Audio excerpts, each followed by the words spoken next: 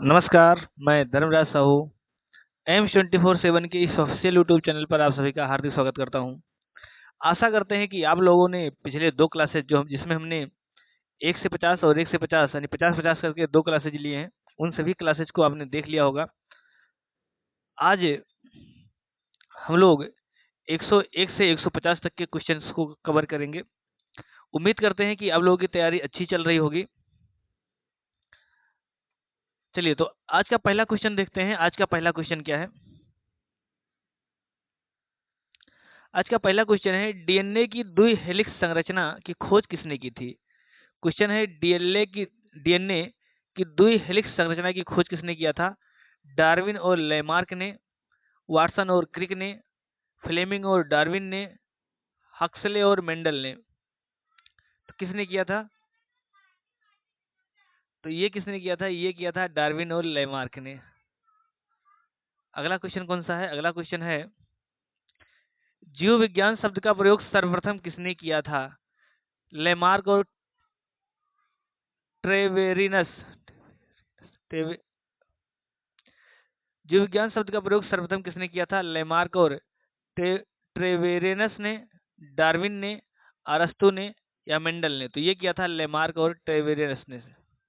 अगला question, protein का निर्माण कोशिका के किस अंग में होता है? प्रोटीन का निर्माण कोशिका के किस अंग में होता है? तो कुछ ऑप्शन आपका कौन सा है? पहला ऑप्शन है माइटोकॉन्ड्रिया, राइबोसोम, गोल्जी बॉडी या लाइसोसोम। तो प्रोटीन का निर्माण कहाँ पर होता है? तो प्रोटीन का निर्माण होता है आपके शरीर में राइबोसोम में। प्रोटीन का निर्माण कहाँ होता है? ये होता है राइबोसोम में। अगला क्वेश्चन कौन सा है? किसे कोशिका का शक्तिगृह यानी पावर हाउस कहा जाता है? नाभिक को, माइटोकॉन्ड्रिया को, राइबोसोम को, गोल्जी बॉडी को। तो कोशिका का पावर हाउस किसे कहा जाता है? ये कहा जाता है माइटोकॉन्ड्रिया को। अगला क्वेश्चन देखते हैं, किसे कोशिका का नियंत्रण केंद्र कहा जाता है?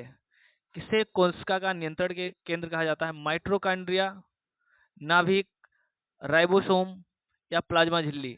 तो बताइए सभी लोग इसका उत्तर कमेंट करके, किसे कोशिका का नियंत्रण केंद्र कहा जाता है? तो ये कहा जाता है नाभिक को। आपका सही ऑप्शन कौन सा है? ऑप्शन नंबर बी, नाभिक।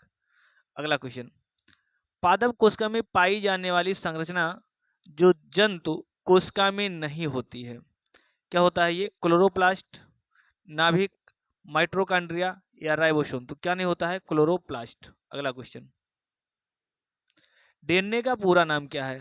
तो डीएनए का पूरा नाम क्या है? डीएनए का पूरा नाम होता है डीऑक्सी राइबो न्यूक्लिक अम्ल। डीएनए का पूरा नाम क्या होता है? डीएनए का पूरा नाम होता है डीऑक्सी राइबोज न्यूक्लिक अम्ल।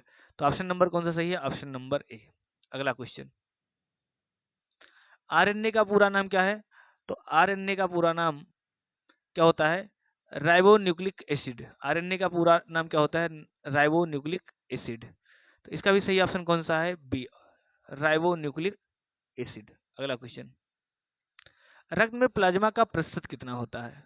आपके शरीर में यानी मनुष्य के शरीर में जो रक्त पाया जाता है उसमें प्लाज्मा का प्रतिशत कितना होता है? तो ये होता है आपका 55%। अगला क्वेश्चन, लाल रक्त कणिकाओं का निर्माण कौन करता है? क्वेश्चन है, लाल रक्त कणिकाओं का निर्माण कौन करता है? यानी आरबीसी, जो आपका शरीर में आरबीसी है, इसका निर्माण कौन करता है? तो इसका निर्माण कहाँ होता है? अस्थिमज्जा में, यकृत में, प्लीहा में या गुर्दा में? तो आरबीसी का निर्माण कहाँ होता है? ये होता है अस्थिमज्जा में। और एक सवाल पूछता है, आरबीसी का जीवन काल कितना होता है? तो ये होता है आपका 120 दिन। अगला क्वेश्चन, अगला क्वेश्चन है, वसा का पाचन कहाँ होता है? वसा का पाचन कहाँ होता है? मुख में, आमाशय में, छोटी आंत में या बड़ी आंत में? तो वसा का पाचन कहाँ होता है? यह होता है प्यारे बच्चों आप सभी का छोटी आंत में। अगला क्वेश्चन, मानव शरीर में पाचन रसों का कारखाना किसे कहा जाता है? मानव शरीर में पाचन रसों का कारखाना किसे कहा जाता है? यकृत, अग्नाशय, आमाशय, ग्रासनली? तो किसे कहा जाता है पाचन रसों का कारखाना? ये कहा जाता है अग्नाशय को। अगला क्वेश्चन, मानव शरीर में आयोडीन की कमी से कौन सा हार्मोन्स प्रभावित होता है? मानव शरीर में आयोडीन की कमी से कौन सा हार्मोन्स प्रभावित होता है? एड्रेनालिन, थायरोक्सिन, इंसुलिन या ग्लूकागोन, कौन सा हार्मोन से प्रभावित होता है? ये होता है आपका थायरोक्सिन। अगला क्वेश्चन क्या है? गुर्दे की कार्यात्मक इकाई कौन सी है? क्वेश्चन है गुर्दे की कार्यात्मक इकाई है नेफ्रॉन, न्यूरॉन, एल्वियोलोई या ब्रोकाई। तो गुर्दे की कार्यात्मक इकाई कौन सी है? ये है आप सभी का नेफ्रॉन, ऑप्शन नंबर ए। अगला क्वेश्चन क्या है? कोशिका का पाचन तंत्र किसे कहा जाता है? मोस्ट इंपॉर्टेंट क्वेश्चन है, कोशिका का पाचन तंत्र किसे कहा जाता है? माइटोकॉन्ड्रिया को, लाइसोसोम को, राइबोसोम को या गोल्गी बॉडी को? तो ये कहा जाता है लाइसोसोम को। अगला क्वेश्चन क्या है? सबसे लंबी तंत्रिका कोशिका कौन सी है? आरबीसी, न्यूरॉन, डब्ल्यूबीसी या प्लेटलेट्स? बताइए सभी लोग, सबसे लंबी तंत्रिका कोशिका कौन सी है? तो ये है आप सभी का न्यूरॉन। अगला क्वेश्चन क्या है? पौधों में यौन प्रजनन किसके द्वारा होता है?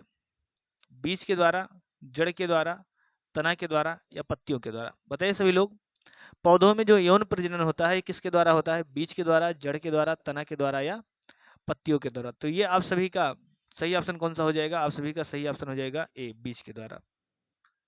अगला क्वेश्चन, हृदयाघात का मुख्य कारण क्या है? यानी जो हार्ट अटैक होता है इसका मुख्य कारण क्या है? रक्त में शर्करा की कमी, धमनी का अवरुद्ध हो जाना, रक्तचाप का कम हो जाना या आरबीसी की कमी? तो हृदयाघात का मुख्य कारण क्या है? धमनी का अवरुद्ध हो जाना। यानी जो हमारी धमनी है उसमें क्या होता है? ब्लॉकेज हो जाता है, जिसके कारण रक्त पूरे शरीर में अच्छे से नहीं जा पाता है और जिससे क्या हो जाता है? हृदयाघात, यानी मनुष्य का क्या हो जाता है? हार्ट अटैक हो जाता है। कौन सा विटामिन रक्त, अगला क्वेश्चन क्या है? अगला क्वेश्चन है, कौन सा विटामिन रक्त के थक्के बनाने में सहायक होता है? रक्त के थक्के बनाने में कौन सा विटामिन सहायक होता है? तो ये होता है आपका विटामिन के। विटामिन ए की कमी से कौन सा रोग होता है? विटामिन ए की कमी से होता है नाइट ब्लाइंडनेस, रतौंधी जिसको बोलते हैं। सी की कमी से कौन सा होता है? ये होता है स्कर्वी। और डी की कमी से क्या होता है? डी की कमी से रिकेट्स होता है। अगला क्वेश्चन, रक्तचाप की इकाई क्या है? तो रक्तचाप की इकाई क्या है? एमएमएचजी, पास्कल, जूल या न्यूटन? तो रक्तचाप की इकाई क्या है? एमएमएचजी। अगला क्वेश्चन, शरीर में सबसे अधिक पाया जाने वाला तत्व कौन सा है? कार्बन, नाइट्रोजन, ऑक्सीजन या हाइड्रोजन? शरीर में सबसे अधिक पाया जाने वाला तत्व कौन सा है? तो शरीर में सबसे अधिक पाया जाने वाला तत्व है ऑक्सीजन। शरीर में सबसे अधिक पाया जाने वाला तत्व कौन सा है? तो यह है आपका ऑक्सीजन। अगला क्वेश्चन क्या है? मलेरिया फैलाने वाला परजीवी है। मलेरिया फैलाने वाला परजीवी कौन सा है? प्लाज्मोडियम, लिस्मानिया, ट्रिपेनोमोसा या ट्रेनिया? तो मलेरिया फैलाने वाला परजीवी कौन सा है? मलेरिया फैलाने वाला परजीवी है प्लाज्मोडियम। आपका सही ऑप्शन क्या हो जाएगा? Option number A. अगला क्वेश्चन, एड्स किसके कारण से होता है?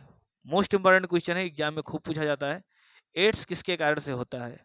आपका ऑप्शन है बैक्टीरिया, विषाणु, कवक या परजीवी? तो एड्स किसके कारण से होता है? ये होता है आपके विषाणु के कारण से। सही ऑप्शन क्या है? विषाणु। अगला क्वेश्चन, एड्स वायरस का नाम क्या है? तो एड्स वायरस का नाम क्या है? HIV। एड्स वायरस का नाम क्या है? इसका नाम है HIV। किसी को कोई दिक्कत होता है ये? अगला क्वेश्चन, रक्त में श्वेत रक्त कोशिकाओं का मुख्य कार्य क्या है? बताइए सभी लोग इसका उत्तर कमेंट करके। श्वेत रक्त कोशिकाओं या श्वेत रक्त कणिकाओं का मुख्य कार्य क्या है? ऑक्सीजन का परिवहन करना, संक्रमण से रक्षा करना, पाचन में सहायता करना या भोजन संग्रहण करना? तो WC का मुख्य कार्य क्या है? संक्रमण से रक्षा करना। ऑक्सीजन का परिवहन कौन करता है? ये करता है आपका RBC। अगला क्वेश्चन क्या है? पौधे का कौन सा भाग पानी अवशोषित करता है? तना, पत्तियां, जड़, रोम या फूल? बताइए, पौधे का कौन सा भाग पानी अवशोषित करता है? तना, पत्तियां, जड़, रोम या फूल? चलिए इसका उत्तर सभी लोग कमेंट करिए। पौधे का कौन सा भाग पानी अवशोषित करता है? तो ये करता है जड़, रोम, रूट्स हेयर। अगला क्वेश्चन क्या है? रक्त का दान कितने महीने में दोबारा किया जा सकता है? यानी जो आदमी रक्त दान करते हैं वो कितने महीने बाद दोबारा रक्त का दान कर सकते हैं? आपका ऑप्शन है 2 महीना, 3 महीना, 6 महीना, 12 महीना। सही ऑप्शन कौन सा है? 3 महीना। यानी एक आदमी हर 3-3 महीने पर रक्तदान कर सकता है। इसके अनुसार क्या हुआ? इसके अनुसार ये हुआ कि एक आदमी एक साल में कितनी बार रक्तदान कर सकता है? तो एक साल में 4 बार रक्तदान कर सकता है। अगला क्वेश्चन क्या है? पाचन की क्रिया सबसे अधिक कहाँ होती है? बताइए सभी लोग, पाचन की क्रिया सबसे अधिक कहाँ होती है? मुख में, आमाशय, छोटी आंत या बड़ी आंत? तो पाचन की क्रिया सबसे अधिक कहाँ होती है? तो सबसे अधिक होता है छोटी आंत में। पाचन की क्रिया सबसे अधिक कहाँ होता है? ये होता है छोटी आंत में। अगला क्वेश्चन कौन सा है?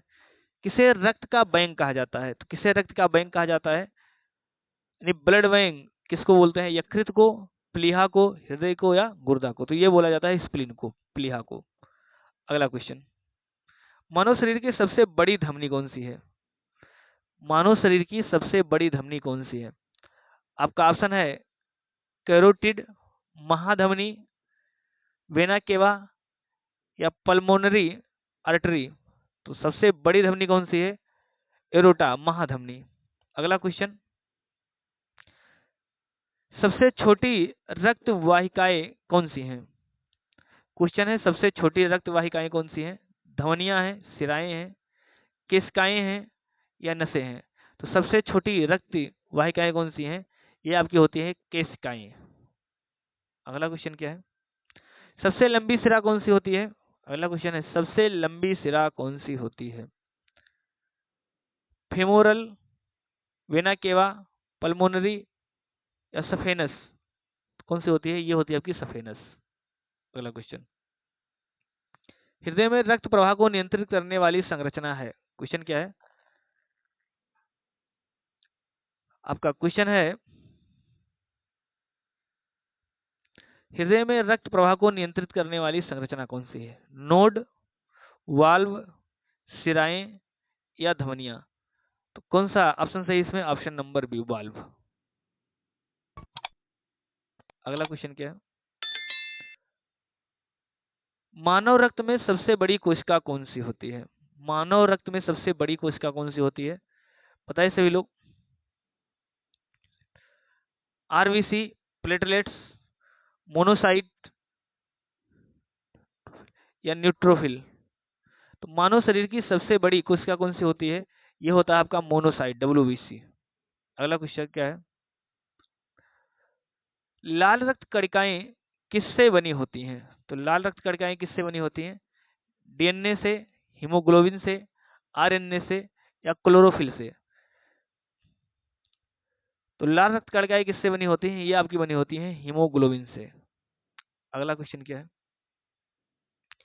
अगला क्वेश्चन है किसे जीवन का आधार कहा जाता है?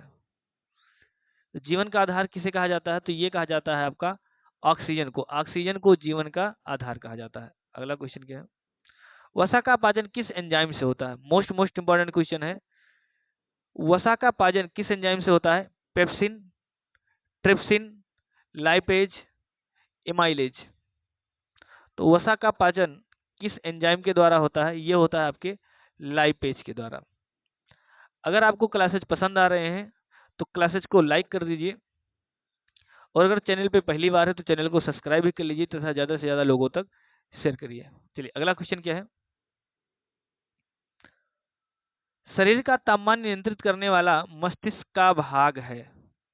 Medulla, hypothalamus, cerebellum, cerebellum? तो शरीर का तापमान नियंत्रित करने वाला मस्तिष्क का कौन सा भाग है? तो शरीर का तापमान जो नियंत्रित करता है ये होता है आपको हाइपोथैलेमस। यानी क्वेश्चन पूछा जाता है कि शरीर का तापमान नियंत्रित करने वाला कौन सा मस्तिष्क का भाग होता है? तो ये होता है हाइपोथैलेमस। अगला क्वेश्चन क्या है? मनुष्य में सबसे बड़ी ग्रंथि कौन सी है? मनुष्य में सबसे बड़ी ग्रंथि कौन सी है? थायराइड ग्रंथि या प्यूटरेटरी ग्रंथि, यकृत या अग्नाशय? तो सबसे बड़ी ग्रंथि कौन सी होती है? ये होता है आपका लीवर, यकृत। अगला क्वेश्चन क्या है? एंजाइम क्या होते हैं? अगला क्वेश्चन है एंजाइम क्या होते हैं? प्रोटीन, कार्बोहाइड्रेट, वसा या विटामिन? तो एंजाइम क्या होते हैं? एंजाइम आपका प्रोटीन होता है। अगला क्वेश्चन, कौन सा विटामिन दृष्टि के लिए आवश्यक है? तो कौन सा विटामिन दृष्टि के लिए आवश्यक है? यह है आपका ऑप्शन नंबर ए। अगला क्वेश्चन क्या है? मांसपेशियों में किस अम्ल के कारण थकान होता है? बहुत ही बढ़िया क्वेश्चन है, इसका उत्तर सभी लोग बताइए। मांसपेशियों में किस अम्ल के कारण थकान होता है? साइट्रिक अम्ल, लैक्टिक अम्ल, हाइड्रोक्लोरिक अम्ल या एस्कार्बिक अम्ल?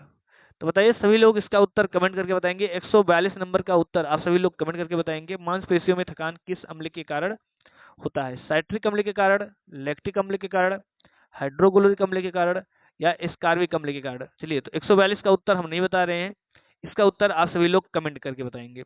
चलिए अगला क्वेश्चन देखते हैं। 143 नंबर क्या है? मनुष्य की सबसे छोटी हड्डी कहाँ होती है? तो मनुष्य की सबसे छोटी हड्डी कहाँ होती है? ये होता है कान में। इसका नाम क्या है? स्टेपीज। अगला क्वेश्चन क्या है? रक्त का सामान्य पीएच कितना होता है? तो रक्त का सामान्य पीएच कितना होता है? तो रक्त का सामान्य पीएच होता है 7.4। हमने आपसे कल की क्लास में पूछा था, तो जो रक्त होता है इसका जो ये इसकी प्रवृत्ति कैसी होती है, नेचर कैसी होती है, यानी ये अम्लीय होता है कि क्षारीय होता है? तो रक्त कैसा होता है? रक्त आपका होता है क्षारीय। यानी जिसका पीएच 7 से ज्यादा होता है वो कैसा होता है? क्षारीय होता है। जिसका पीएच मान 7 से कम होता है वो क्या होता है? वो आपका अम्लीय होता है। और जिसका पीएच मान 7 के बराबर होता है वो क्या होता है? वो उदासीन होता है। अगला क्वेश्चन, मनुष्य के शरीर की सबसे बड़ी पेशी कौन सी है? तो मनुष्य के शरीर की सबसे बड़ी पेशी कौन सी है? बताइए सभी लोग इसका उत्तर। मनुष्य के शरीर की सबसे बड़ी पेशी कौन सी है? तो आपका सही ऑप्शन इसमें कौन सा हो जाता है? इसमें आपका सही ऑप्शन हो जाएगा ग्लूटियस मैक्सिमस। अगला क्वेश्चन क्या है? किस विटामिन की कमी से रतौंधी होता है? तो किस विटामिन की कमी से रतौंधी होता है? ये आपका विटामिन ए की कमी से। अगला क्वेश्चन क्या है? जीवित जगत का अध्ययन किसे कहा जाता है? बताइए, जीवित जगत जगत का अध्ययन किसे कहा जाता है? जूलॉजी को, बॉटनी को, बायोलॉजी को या जेनेटिक्स को? तो जीवित जगत का अध्ययन किसमें करते हैं हम लोग? करते हैं ये आपका करते हैं बायोलॉजी। अगला क्वेश्चन, मानव शरीर में जल की मात्रा कितनी होती है? बताइए सभी लोग, मानव शरीर में जल की मात्रा कितनी होती है?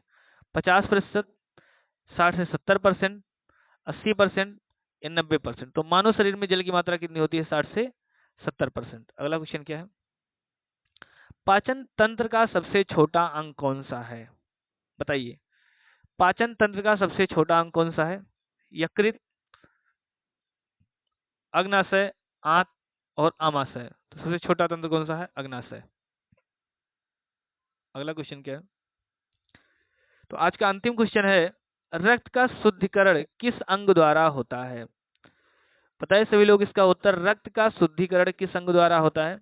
हृदय के द्वारा, फेफड़े के द्वारा, गुर्दे के द्वारा या यकृत के द्वारा? तो रक्त का शुद्धिकरण किस अंग के द्वारा होता है? तो ये आपका होता है गुर्दे के द्वारा, किडनी के द्वारा। उम्मीद करते हैं कि आपको क्लासेज अच्छा लग रहा होगा। आज हम इस सीरीज में जितने भी क्वेश्चंस प्रैक्टिस करवा रहे हैं, ये सभी क्वेश्चन प्रीवियस ईयर में पूछे गए हैं और जो आगामी आने वाली परीक्षा की दृष्टि से भी काफ़ी इंपॉर्टेंट है। जैसे आगामी में अगर आप देखें तो रेलवे ग्रुप डी का पेपर लगा हुआ है। रेलवे के जितने भी पेपर होते हैं जिसमें से आप जो टेक्निकल पोस्ट है, जैसे आप जिसमें कह सकते हैं रेलवे ग्रुप डी का पेपर हो गया, इसमें साइंस कितने नंबर का आता है? 25 नंबर का आता है। और अगर उसके दृष्टि से हम लोग देखें तो जो आपका साइंस है जिसमें बायोलॉजी, फिजिक्स और केमिस्ट्री आपके सिलेक्शन में काफ़ी महत्वपूर्ण रोल अदा करेगा। मैथ रीजनिंग के साथ साथ, क्योंकि मैथ रीजनिंग और साइंस के या जीएस के हम सिलेबस की बात करें तो मैथ आपका कितना आता है इसमें? तो मैथ आपका केवल 25 नंबर का आता है। रीजनिंग कितने का आता है? तो रीजनिंग आपका 30 नंबर का आता है। और जो आपका साइंस है, साइंस कितने का आता है? तो साइंस भी आपका 25 नंबर का आता है। और जीएस कितने का आता है? जीएस या करंट अफेयर्स से आपका 20 नंबर का आता है। तो आप यहाँ से समझ सकते हैं कि आपका जो रेलवे ग्रुप डी का पेपर होने वाला है, इसमें सबसे महत्वपूर्ण भूमिका कौन सा अदा करेगा? मैथ, रीजनिंग और इसमें साइंस। साइंस भी किसी से कमजोर नहीं समझना इस बार, क्योंकि आपके रेलवे के ग्रुप डी में साइंस भी आपका एक महत्वपूर्ण भूमिका सिलेक्शन में अदा करेगा। इसलिए हम लोग साइंस को भी नज़रअंदाज नहीं करेंगे और साइंस के प्रतिदिन 50-50 क्वेश्चन प्रैक्टिस करते रहेंगे और अपनी तैयारी को मजबूत करते रहेंगे।